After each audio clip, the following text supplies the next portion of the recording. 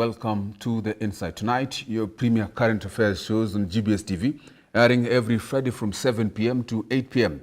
I'm your host, Eugene Kwach, and tonight we explore Kenya's democratic pulse, analyzing political and social movements from the corridors of power in Nairobi to the voices of ordinary citizens across the country. Kenya stands at a defining moment. The political landscape is shifting, and the action of leaders, the demands of the people, and the policies being shaped today will determine the nation's future. Tonight, we dive deep into the state of our democracy, examining protests, political realignments, governance reforms, and the evolving role of citizen activism. Are these forces influencing our national discourse? Are we progressing or regressing as a democracy? Joining me in these critical conversations are three distinguished guests.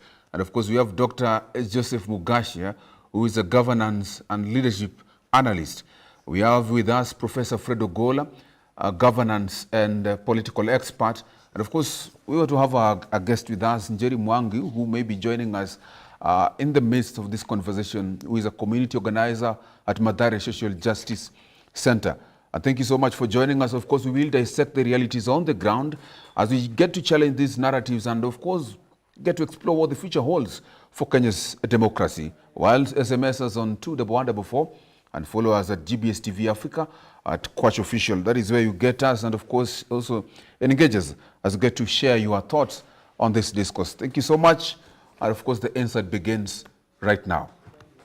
Thank you so much, Professor and Daktari, for joining us again for this conversation on this discourse. And actually, we are getting to look at doing some insights on the governance and leadership of this country. But permit me to go in time past a bit and begin to ask this question. And let me just ask you, Daktari, because I believe you have experienced quite a number of protests, actually, that we have had in this country, and we understand how defining they have been to our democracy. And perhaps let me just ask you, the recent protests that actually we have had, we'll talk about the causes, but the recent protests, if you look at them keenly, how do they compare to maybe the previous ones that we've actually had? Now, of course, when we talk about the Gen Z protests and the protests that we've had years past, in terms of their agenda, how the mobilization was. Generally, how do you find this as it defines continuously our democratic space, actually? Let me start with you, Dr. Thank you very much, Kwach. Good evening, Kenyans. Now, protests have been there in this country for a long time. We started from the old constitution when we ended up with a de facto one-party state. We started with multi-partyism, and then there was, when we started at the beginning of, soon after independence, people were very hopeful because we were coming back from colonialism, and we were now going into self-rule. And therefore, there was not a lot of protest because there was a lot of hope. And there was also a very high level of patriotism with people having fought in the War of Independence. Now, that is my generation, which came in when independence just was given. So we didn't see the war, but we saw the effects of the war. So that time, there were a few protests because of the hope that was there and the plans that Kenyans had for their nation. And then towards the end of the Jomo regime, things were not going well. That time I was a young man, but I used to see what was happening. A lot of people were not happy because we were not going towards the goals that we had for independence. You remember hunger, you remember poverty, and ignorance. Those were the three things that Kenya needed to address according to the freedom fighters. But as we were coming to the end of the Jomo regime, we were not making a lot of progress on that, and so people protested. But the protests were low-key. And then after that, we came to the Moi regime, whereby, again, people were very hopeful because they thought now we have had a change of regime and we are going to see things going differently. But after the 1982 coup, Moi went ballistic, and he used authoritarian force to the point of declaring Kenya a de facto one-party state. And that brought in, initially there was a lot of fear, and therefore there was just harsh dissent. And but coming up towards the 1990s, and particularly 1988, when Matiba and Rubia came up and openly criticized the government, and they were detained immediately. Okay. Then Kenyans started protesting. Okay. And the protests became very strong up to the point 1992 when they were very intense, and the government, that is the president, changed the constitution to multi-party democracy. Okay. And we started now having open dissent to the government. Okay. Now I want to fast forward to June now, because the build-up of protests, the vigor of protests, and the boldness of protest has been going on as we progress. Yes. And again, we have also been amending the constitution to the point where we actually change the constitution and we go the 2010 constitution, where now the democratic space was provided a very wide berth. So it is, there is a lot of democratic space. Okay. We experienced very good open dissent to government and critiquing of government during the Kibaki time. Okay. But coming now to where we are, we see that we are backpedaling. We have backpedaled from this government. We have really backpedaled on democratic space, where we have the same provisions of the constitution, but we have a lot of repression by the regime. Okay. And we can't talk much without talking about, again, the abductions, the killings, and the laxity of government in dealing with criminal elements, like the Mungiki and others. Yes. Where we are now seeing that our democratic space, although provided for in the constitution, it is now being taken away from us by force by the government. Okay. And of course now, the last thing is that the communication systems nowadays, they are very, very robust. Okay. We have the digital communication, and everybody today is a communicator. So we are having now a situation where mobilization is much easier to be done, and because of use of the digital communication. But again, we see that the government has decided to invade the digital space and start picking people from the digital space. Before, we used to have the documents like Mwakenya and the others, the printed documents, which then would be passed around. Yes. So I would say that mobilization now is easier, communication is easier, the democratic space is very much enlarged, and we need to take advantage of the democratic space because it is our democratic right. Yes. That is yes. Thank you. Thank you. My synopsis of democratic mobilization. Thank you, Dr. for that elaborate view and actually comparison of what used to happen and actually what is happening actually right now. And actually, you've mentioned very critical issues that I want to bring in Professor into. And actually, you've talked about hunger, poverty, and ignorance as the major reasons actually why people even needed to what they actually sought from the government to look into. And actually, if you look at the problems that we have even today, I think we are not far from this. We have not maybe moved far. But I want maybe Professor to tell us whether we are still in hunger, poverty, and ignorance. And of course, we also have some of the issues actually that you've mentioned is criticizing of the government, which is a very grave issue. The government has actually used other machineries against its own citizens. We've talked about Mungiki and sometimes, of course, even the police. And of course, we talk about the digital space, which has been used a lot. And now we've had even the ICT minister saying that in case of anything, in case they believe that the digital platforms may actually be used against maybe the national good, and then they will be switched off. And this brings me yet to another conversation that Professor Kindiki actually mentioned some times back, and that is on national good and of course also public good. When something, I don't know how that discourse went, but he was discussing and saying that sometimes public good may go actually against national good. I don't know what you think about it, but of course, those are some of the issues I wanted to maybe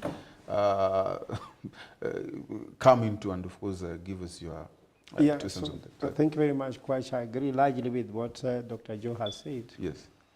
Though I just want to say that in as much as he says that mobilization nowadays is easier, yeah, but also repelling mobilization is easier, because you see the more the society gets advanced, the more the state also gets advanced. Yes.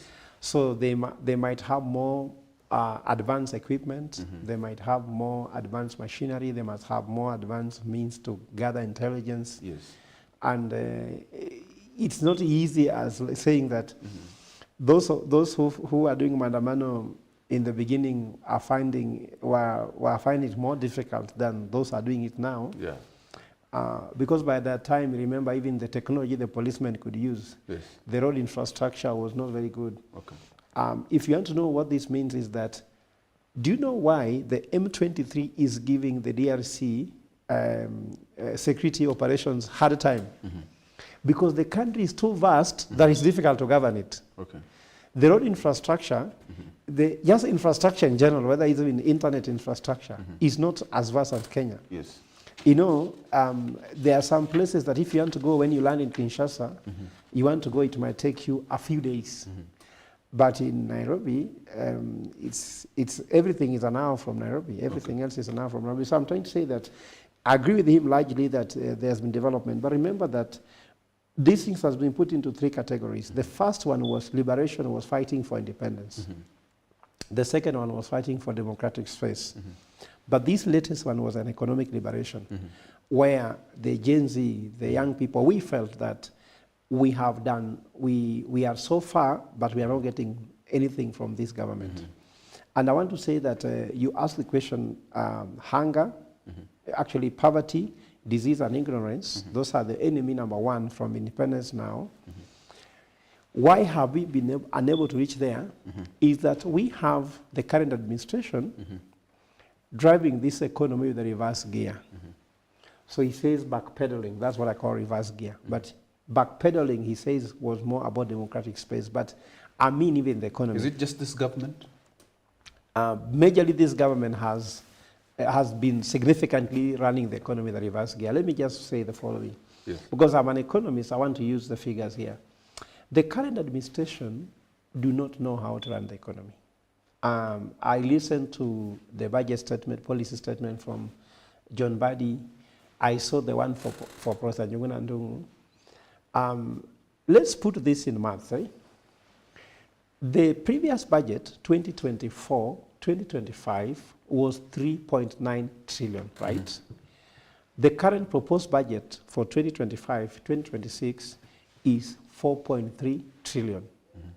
So that's a 400 billion increment in budget within a year. You understand?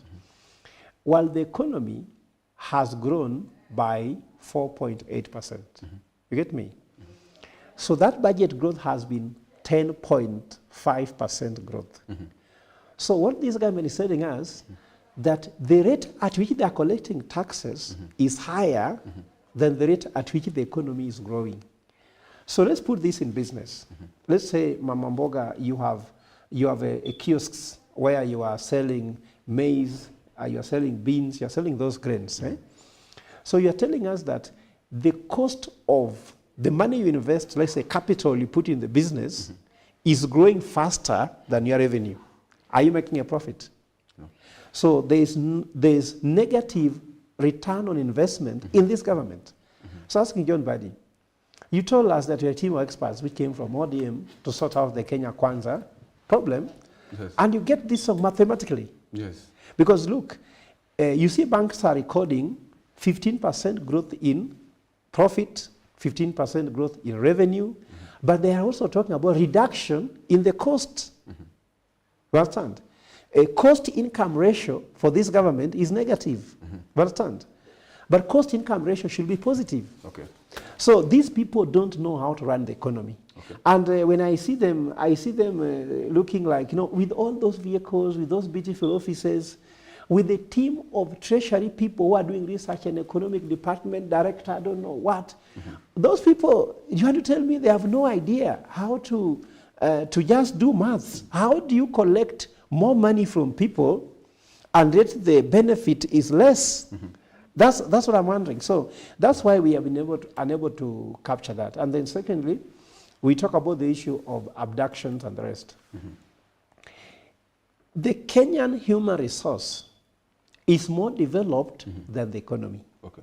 The economy is behind the human resource. Okay. The qualification of the young people, the qualification of the Gen Z, but just generally the qualification of Kenyans are ahead of the economy. So therefore the economy cannot well reward the citizens. Okay. Let's go to Rwanda. Okay. Rwandan economy is ahead of the human resource in Rwanda. That's why Rwandese are getting expatriates to work in Rwanda. They get them from Kenya. They get them from other countries to work there. You go to Dubai. The economy of that UAE is ahead of the population of the human resource of UAE. Okay. That's why you see Kenyans are working there in real estate, in the financial services sector, in the insurance industry. So when you are a head of state who cannot think about how to grow your economy faster than the human resource, then you find that the Gen Z are getting educated, young people are getting educated, and the economy cannot reward the education, and that's why they were bitter, and they said, now what? We are educated. How do you keep an angry and hungry, jobless youth? Tell me. You are in trouble. So we are trying to say, yes. Without having income for the young people or any other person in the population, yes. You cannot service diseases. Okay. You cannot be able to remove diseases. You cannot be able to remove ignorance. But I want to say that among the three, yes. What has gone down is ignorance. But I mean the ignorance in terms of level of education. Yes. But what has not really gone in terms of ignorance is economic awareness, political awareness of Kenyans, to know how should they make choices. Okay. And that's why I've been saying that should I ever get a chance, yes. Right, to be in charge of this country or this economy, yes. Let me say being a president, isn't it? What I'll do, I'll put some capping. Yes. I'll put one cap on age, yes. And one cap on wealth. Okay. After you have reached 55, you should not be a CS. You understand? Okay. Yeah. Why that's important is that after 55, you have experience, don't yes. have knowledge. Okay. You should go and share commission. Okay. You should go and share something like a parastatal. Yes. After you reach 45, you cannot be a PS. Okay. And then the PS and the CS should not employ someone older than them. Okay. Then the other thing is that there is no need of someone with a net worth more than 200 million serving in government. Okay. They should be business people to set up factories, set up a business to employ young people and pay taxes. Okay. And yet let the people who want to achieve something, people who still want to leave a legacy, come and serve in government, because there is no day young people will ever get a chance to participate in the political and socio-economic decision of their country when you don't put a cap. Okay. Look at now, sorry to just end with this one of the Minister for ICT. Kabogo was born before computer, isn't it? Yes, he was born before computer. Now, when you hear Kabogo speaking, he has no idea of what AI is, isn't it? He has no idea of machine learning. So when somebody like Kabogo in charge of the ICT of Kenya, because the Minister for ICT of China, go and look at his CV, isn't it?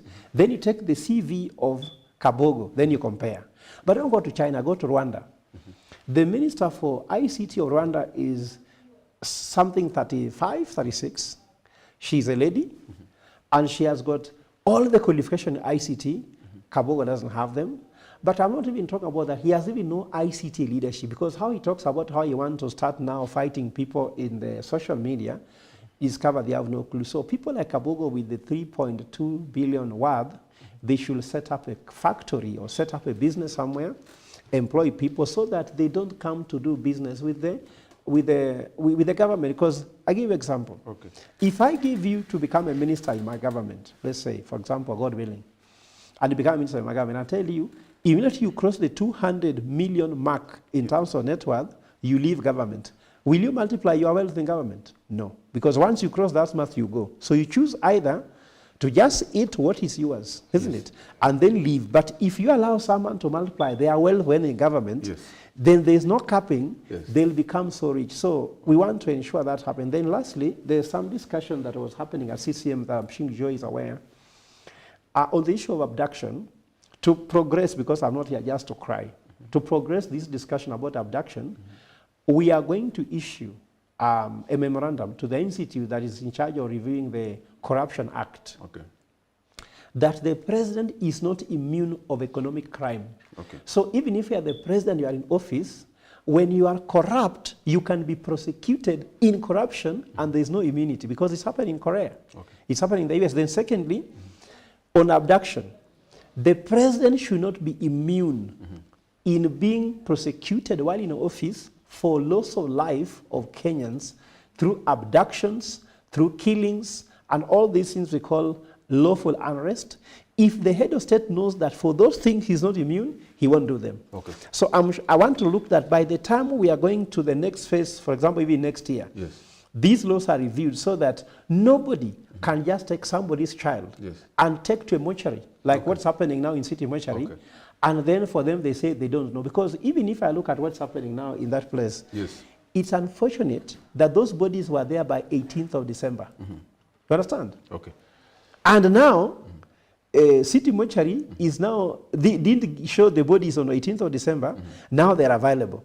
So we are looking at where institutions in Kenya are not transparent and they're not independent. They can collude with the state to mistreat citizens, and there should be a serious investigations on how institutions must be independent to protect the sanctity of life. Thank you, Professor. Thank you for that insightful review of actually what's happening. And you've actually talked about a lot of things actually that I would have loved us to touch on.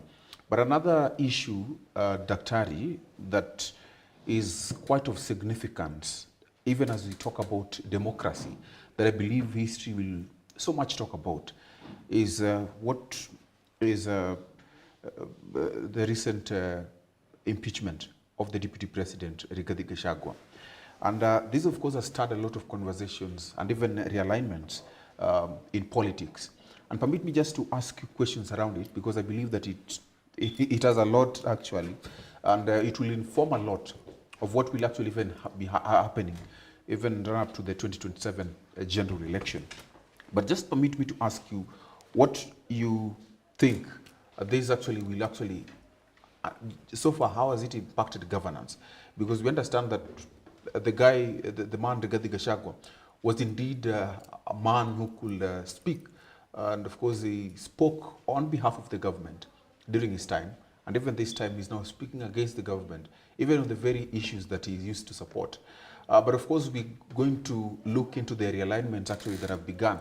We saw that Rigathi Gachagua, Eugene Wamalwa, and of course, we've also seen Kalonzo Musyoka, and they've also mentioned Fred Matiang'i also joining them in that very political realignment. I don't know what you think about this, maybe in a nutshell, all these things, what you think, and even the impact to the future. Thank you. Thank you very much, Coach. There is a lot. It's a lot. But before I say that, just allow me to just come in just a little bit on the issue of the economy. Just a little bit. You know, Professor has said very well that the economy is ahead of the human resources. No, human resources ahead. I mean, sorry, the human resources are ahead of the economy. Do you know the government is deliberately making that happen? Because, just ask yourself, if today you decided that you are labeling all the roads and all the buildings in the country so that you can have order, for instance, in deliveries and knowing where people live and giving direction, how much work would you create? A lot of work. But the government simply does not carry out those tasks.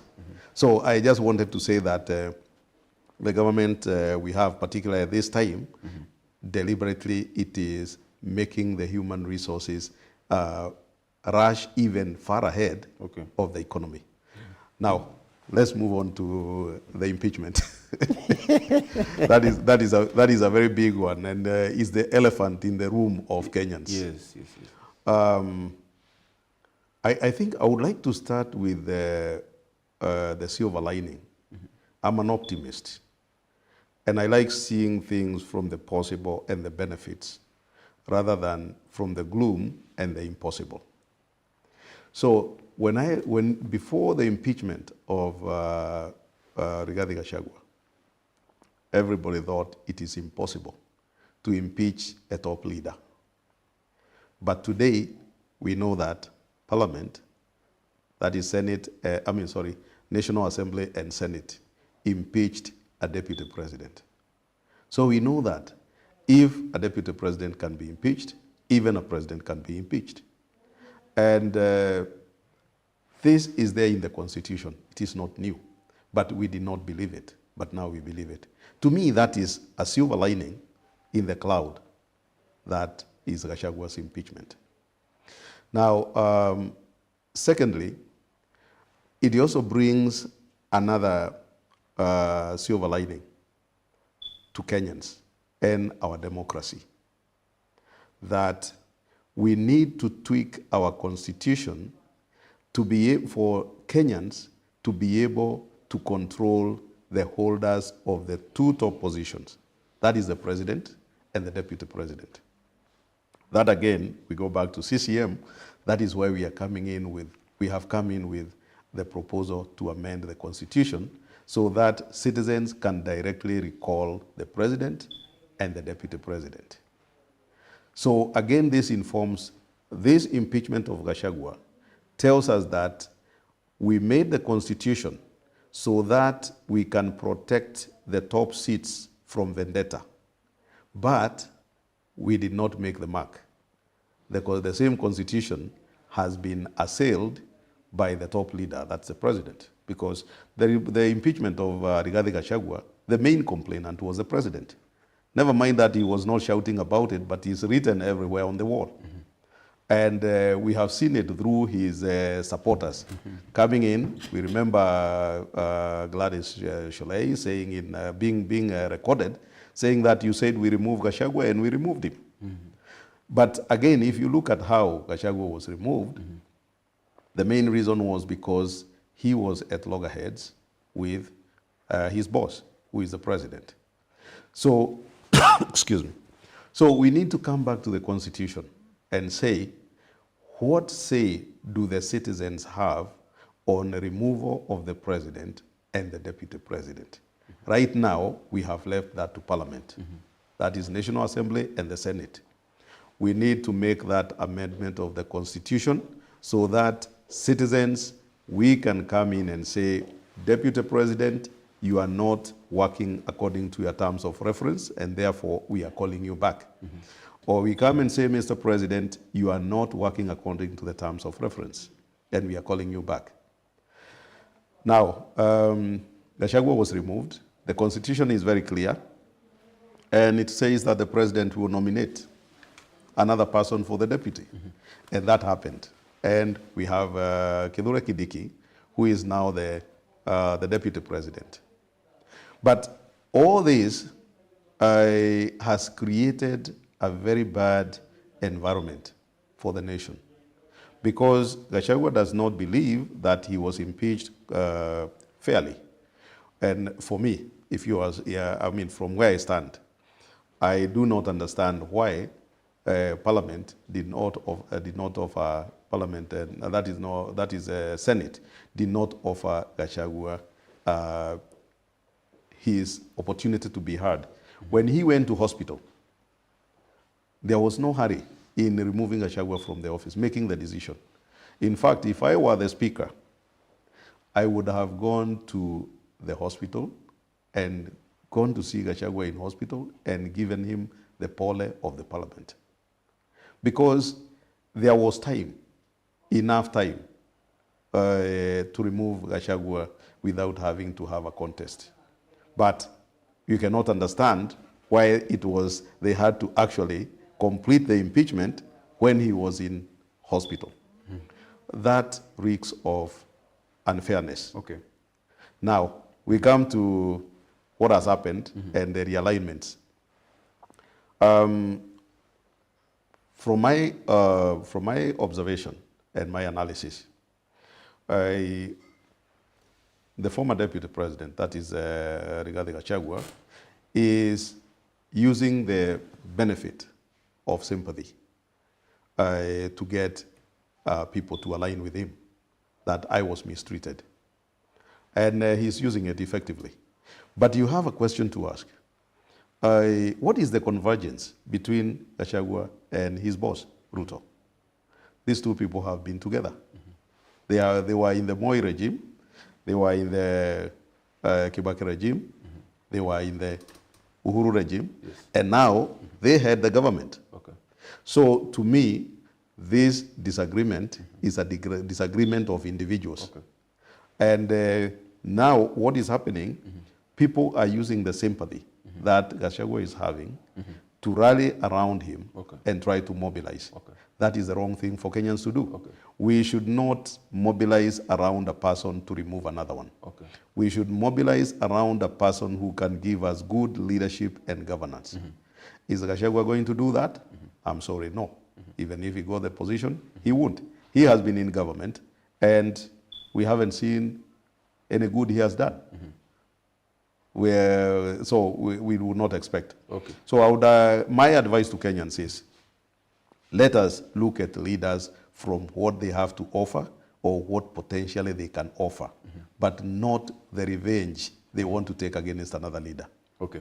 Thank you. Thank you so much, actually. There's a lot to that question, actually, because even apart from the alignment, we also have to look at and reflect on, of course, the historical patterns of politics of betrayal, which is quite significant in this case of Rigathi Gachagua. There's a book of Politics of Betrayal written about Rigathi Gachagua. I don't know whether you guys have maybe seen it or so.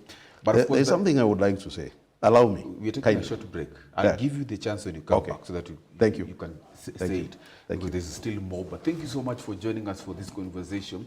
To the wonderful voice, our SMS line at Kwacha Official GBS TV Africa.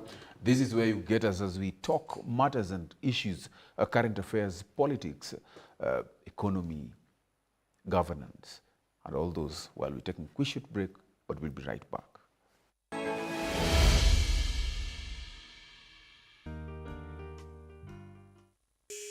What is always before you but can't be seen? Kudiscover talent au Kudiscover ulijuangaje like unaweza imba like yeah. Kini Trace Jumi Kipchoge kwa ngoma na mfala wananidis na wanabonga kwa ngoma, mafanjo wananipenda ndo nazidi kwa roga, wenye walenjaribu manze walishachoka na nikozabe meditation naendelesha generation niliofanya Wewe at 1 year old ulikuwa unafanya nini? You're feeling the vibe. Ulitoa a few days ago, unaweza taka utuambie like ulikuwa unafikiria nini when you came up with the lyrics? Yeah. So I'm doing my thing. Don't try and stop me when I'm doing my thing. I'm tryna boss, let me do my thing. And if you're tryna win, you can be on my team. Yeah, so I'm doing my thing. Don't try and stop me when I'm doing my thing. I'm tryna boss, let me do my thing. You feel like you're young at heart, I'm an old soul. If you could only listen to one singer or band for the rest of your life, who would you choose?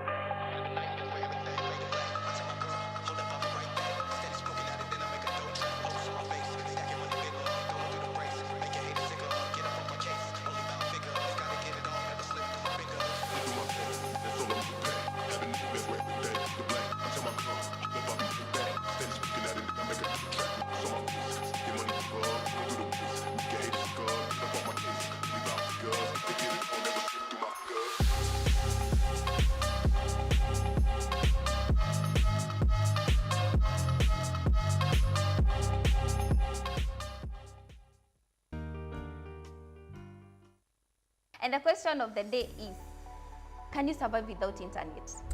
Ngumu plus kuachilia hizo story tu zote zikupite ni ngori. Niwaambie ukweli. Like hii ni kama kuambia mtu mwenye alikuwa amezoea kushindana nguo, mwambie toa nguo ushinde uchi. Hiyo huku atriki kwa sababu sasa like ilikuwa imekuingia kwa kichwa kabisa. Mimi nimesomea day school na niocha. So kukuwa na simu hadi ni ile katururu, si smartphone, ni ile katururu. Sasa unaweza kaa holi ya bila simu. Kuspend hii most of the time kwa simu. Also you need to run skills. So nilipatana na later hapa nikapo-apply huko. And then I started learning skills. Digital skills. Yes, hadi siku mbili haiwezi. Kwa wiki naachilia hata kama ni siku mbili ama sometimes na extend to wiki nzima. Napata shiki simu yangu.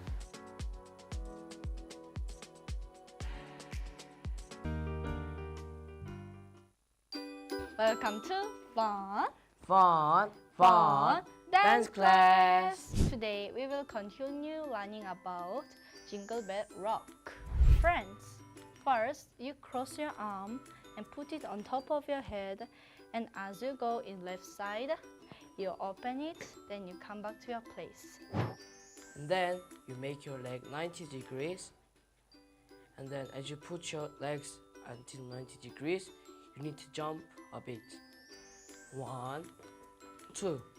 Then as you jump a bit, you need to stretch your hands downwards.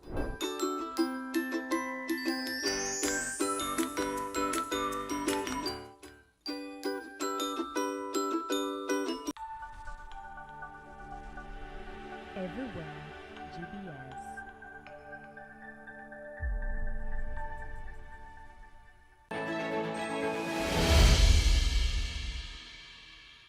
Thank you so much and welcome back to The Insight. This conversation continues, and of course, Dr. Mugasha is still here as we get to dissect this issue. And let me just finish up with you, Daktari, because we're talking about the impeachment of Rigathi Gachagua, the former deputy president. And we're talking about it because we know how impactful it is, even as we continue dissecting our democracy as a people. But of course, when we talk about Rigathi Gachagua, then there is the politics of betrayal too. Looking at the history, we've had a lot of issues and conversations around politics of betrayal, even from the very beginning with the first leadership actually that we had in our country. I don't know how you tend to look at these cases of politics of betrayal, particularly in this case and even in the past issues that we've had in politics. Thank you. Allow me to just deal with 3 issues of betrayal. Yes. The first one is during the War of Independence. Okay. There was real betrayal, where you had the people who would work with freedom fighters, and then they go and take that back to, take the plans and everything to the colonialists, that's to the colonial government. That was real betrayal, because they had committed to do to fight for independence. And we have a lot of examples. Then we come to the politics again of betrayal, which is current in our governance, where there was Kibaki and Raila. And Kibaki apparently promised Raila that he would make him a prime minister. And once Kibaki took the government, there was no prime minister's position. When you look at the constitution that we had at that time, there was no betrayal, because these people agreed on something that did not exist in our constitution. There was no position of prime minister. So I would talk about that as being people being deceitful among themselves rather than betrayal. And then we have had this a lot from Rigathi vis-a-vis the president, that is Ruto. And there's one thing I've always said: when you listen to what is being said, one, I can say that Ruto has betrayed the citizens, the electorate, because he did his campaigns and told the electorate that we are going to form the government with you. Yeah. And we are going to make sure that the economy thrives. Yes. But today, we are having an economy that is thriving only in his mouth and his pocket. But it's not, is not on the minds and observation of Kenyans and not in the pockets of Kenyans. Yes. So that is betrayal. And it was done when politics was being done. So that is a real betrayal by the head of state. Now, we come to Rigathi claiming that he was betrayed by Ruto, because they agreed on doing some things, and then Ruto did separately, and he was expected to do according to what Ruto was telling him, but then it was illegal. On the other hand, Ruto comes and says Gachagua did not do what he was supposed to do because he was not carrying out collective responsibility. I would like to make it clear that there is no collective responsibility on illegalities. If it is illegal, it is not collective responsibility, and somebody should not do it. Thank you. Thank you. Yeah, Professor, because of time, permit me to ask you a question on something else. If you could comment that maybe in just 2 seconds. But I want us to talk about devolution, because devolution has quite been very critical, a very critical point over in our democracy. When we talk about devolution, I think initially, I don't know whether we used to have it, but of course, in the previous constitution, it was not there. But of course, in the constitution of 2010, that was promulgated 27th, I think, of course, we do have it. But I just want to know, from where you sit, how do you think that the implementation of actually the devolution has affected local politics and also governance, and particularly even accountability? Because initially it was about resources, but now do we have service delivery? Are we experiencing that? How has it even affected political alliances? And maybe from history, of course, maybe if there are some lessons even actually that we could actually even pick pre-devolution and governance time. So first of all, let me just comment about the issue of betrayal, because the politics of betrayal has been used mostly for campaigns, and for me, I don't want leaders discussing about them being betrayed, because Rigathi Gachagua and William Ruto met on their own and agreed they're going to share this position. So that should not become a national issue. You don't bring a personal issue to become a national issue, and even rushing to write books about it. I think maybe sometimes I have not interrogated, but I'm reading this book because sometimes we have to tell the young people that there are some things you should not even feed yourself on. Because as a Catholic, we believe that you become what you eat.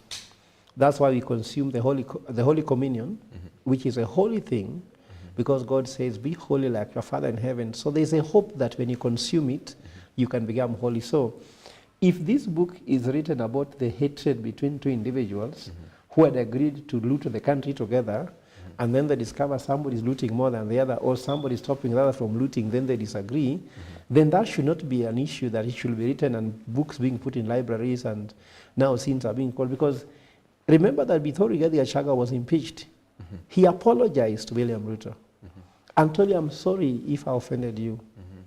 Give me time to serve, isn't it? So if William Ruto forgave him, could he be talking the way he's talking? And before, there's a speech he made, before his family, and he said that he's loyal, he will do exactly what the president wants him to do. He will never change against him, he's a gentleman and the rest.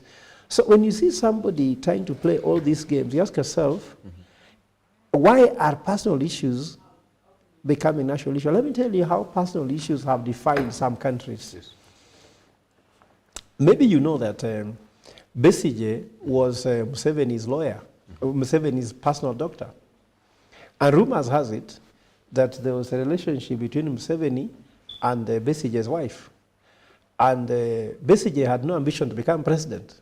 So when someone said that, you slept with my wife, I want to be president to show you that I can also be president. So that's not a presidential ambition. That's ambition based on personal disagreements. So if there is something that William Ruto disagreed with Rigathi Gachagua, which could be personal or private, they should be left to be personal and private, not define the national issue. So the main betrayal, like Joe has said, is that young people are promised jobs. They get tear gas back. They are being abducted. They are being shot by bullets. They are disappearing.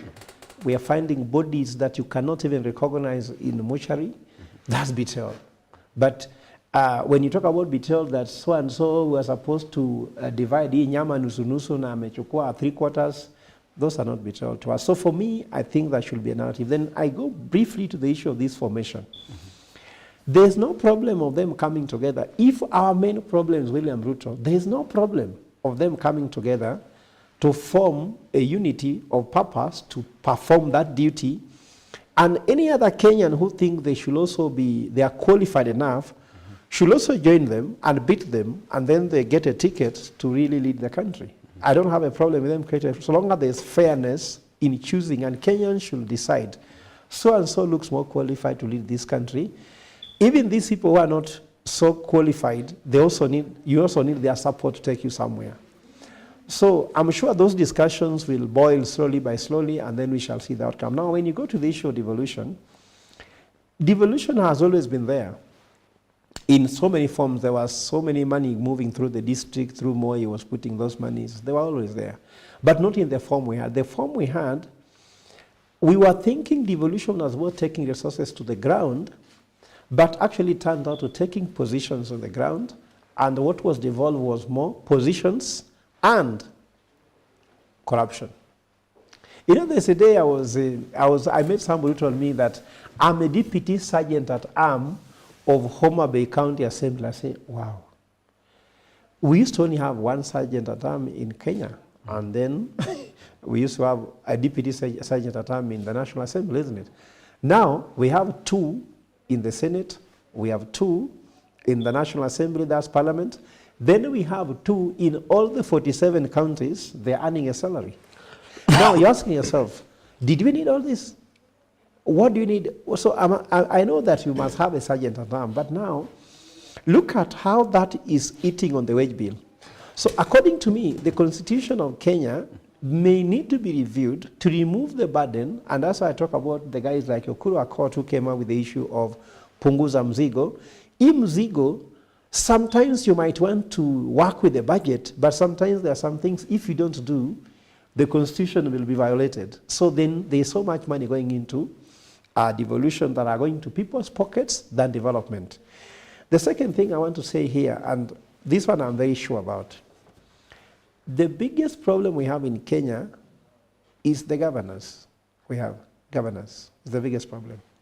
And I want to explain this economically. Let's take a county as a startup, isn't it? A startup is where you put a startup capital and you need to collect revenue and you need to get profit. Now, a county like Nairobi, Nairobi receives how much in terms of allocation? Maybe 130 billion shillings, isn't it? 130 billion, let's say 13 billion shillings a year. If you multiply by the 10 years, let's say the first part of it, execution, that's 130 billion shillings. While Nairobi County cannot be able to generate that money every year because they are supposed to be given a target of 24 billion, but they're actually doing 12. So you ask yourself, are we throwing money? Because if you are starting up a company and I give you a capital of 13 billion, are you still looking for next year, again I give you a capital of 13 billion, but your revenue is nothing? So for the last 10 years, Nairobi County has been given over 136 billion shillings, but they cannot generate a revenue of more than 12 billion a year. Can you run such a business? Go to Kisumu, 240 billion by now, yet their revenue is below 10 billion. You go to Siaya, 120 billion shillings by now, isn't it? Okay.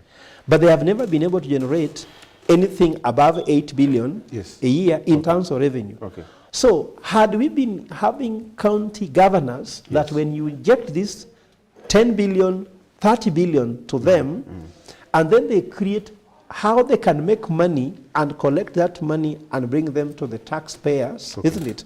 We could be having less taxes being given to Kenyans, and it could help. So for me, the corruption that is there, you are seeing somebody going to deposit money in Switzerland, somebody was caught taking money like Wavinya Ndeti in UK, those ones weren't there. So we are looking at corruption being devolved and positions being devolved, so much so that it does not work. But the problem is one. When you have a head of state that is grossly corrupt and grossly incompetent, so two problems get dissolved: corruption and incompetence. So for example, what do I mean by incompetence? Incompetence to have mechanism to collect revenue from your own county and bring to the national government, because even the president, actually KRA is also struggling with revenue collection. But the president is corrupt, so no one can be blamed for being corrupt, because if you arrest a governor of a certain county, he will say, but you should start, like you see, Okia Tata said, why do you arrest a pickpocketer and you leave a robber? So if the robber was supposed to go home, but of course must go, now he's saying must go forward, isn't it? But for me, if you can't go forward, then you are going backward. So if must go has been incompetent grossly and has been grossly corrupt, we have devolved the same thing. And then he's spending county money in these events that he's doing, and that is choking the economy. For example, there's a conference taking place in Kisumu, investors conference. The guest speaker is the president. How much is the president going to invest in Kisumu? The chief guest should be an investor. Should be academics, should be industry experts. For example, James Mwangi of Equity Bank. We should be having people like James Moria of Centum, isn't it? But if the chief guest and the deputy chief guest most likely will be Raila Odinga, Professor, these are completely a waste of resources of people which will be on the ground. Instead of putting resources on education, healthcare, we're putting them in. Thank you. Professor, because of time, I need to cut you short because we have one more question before we do our parting shot, and we have less time. Let me just ask you this, because it's very important that I need to ask you on electoral integrity and actually reform, because it has actually been an issue of debate in the political scene of our country for the longest time, actually, across all the arms of government. And maybe from where you sit, because we've been talking about reforms, from where you sit, which reforms actually do we need to sustain us to have actually a just electoral system which is actually just and even fair, so that we ensure there's a very credible elections run up to the 2027 general election? Maybe your 2 cents on this one? Thank you very much. First of all, there is something that has happened in this country, that we are always making laws. We are always making laws. But we are not implementing the laws. In my view, we actually need very, very little reforms. What we need is the reform of the mind and the reform of the character of the people. We need the government headed by the president, who is the head of the executive, to seriously just go back to the rule of law. If we go to the last election, we had the issue of the Venezuelans who came around, and they have been given codes by our own electoral staff members. How much reform can you do to get people to do the right thing? You can't. You can never do it. What we need is to enforce the law. I have looked at and I keep saying, first of all, I'm not a lawyer. But the law is not written for lawyers. It is written for everybody in the country. So if I know how to read, I know how to interpret, I understand law. And where I don't, I ask other people. So we don't need, in my view, and this may be controversial, we don't need reforms. We need enforcement of the law. That is done by somebody who is honest and genuine. You're parting short as well. You're parting short? Thank you very much. Okay. I'll look at the realignments. Yes. I want to tell Kenyans, wherever you are Kenyans, all these alignments that we are seeing, they are being done by the people who have been in government, who have been in leadership. And for us at CCM Kenya, Concerned Citizens Movement, we are calling these people wale wanaotuibia. And this is being done against wale tunaoibiwa. That is we the citizens. So we only should have two alignments. One, wale wanaotuibia, and two, wale tunaoibiwa. And wale tunaoibiwa, we must work and get the government in 2027. That is the citizens. Thank you. We're parting short, Professor. Mine is to tell Kenyans that there's a lot of hope because William Ruto has done one thing to teach us a lesson that we can never trust people again. And that even what is happening, those alignments, we have to do proper due diligence. Anybody telling you they can lead you, check their record from nursery school until where they are, even check their neighbors. In China, if you want to take a loan from the bank, they check even your neighbors, whether you beat your wife, whether you drink and drive. For us, we just take a leader because of a narrative which is in the social media or in the media. So we're going to do a serious due diligence to show, because in the history of Kenya, there's only one president who was a professional. That's Kibaki. Okay. Moi was from classroom. Maybe Moi was a little professional. He was a teacher. Then he became a politician. But William Ruto moved from University of Nairobi, Youth for Kari 92, all the way now he's president. You see, for example, there are some of those people doing alignments. They have never even worked in an office. They don't even know how to report to anybody. So we are looking as a professional who can protect the sanctity of the pay slip of people, because now the economy is doing very badly. We are losing 5,000 jobs a year, and now you realize it's because the pay slip, now the taxes is taking 45 to 50% from the pay slip. And in this way, you cannot work. In UK, they take 50%, but everything is free. But here they take 50%, then everything else you have to buy again. So this is not sustainable. These people don't know how to run the economy. You need someone you can trust in running your economy, because you cannot give your wallet to a pickpocketer. You cannot give your wallet to a thief. So Kenyans, by giving someone the presidency whom you can't trust with your wallet, it is you committing robbery against yourself. Thank you. Thank you so much, Dr. Mugashi, and of course, Professor Fred Ogola. You have little words, actually. And thank you so much for joining us, finding time to be here. And of course, it's given a very interesting story that they have to check whether you drink or drive and whether you beat your wife. I don't know how that aligns or will help them to give you a loan, but thank you so much. We got your point. This is The Insight. It comes to you every Friday from 7 p.m. to 8 p.m. as we get to dissect different issues that affect you, our viewer. And of course, we chew this into policies that you can, of course, swallow. This happens every Friday, of course, with me, Eugene Kwach, and of course, at GBS TV Africa. On behalf of everyone who has made this a success, we wish you a very good night. Thank you. Good Friday.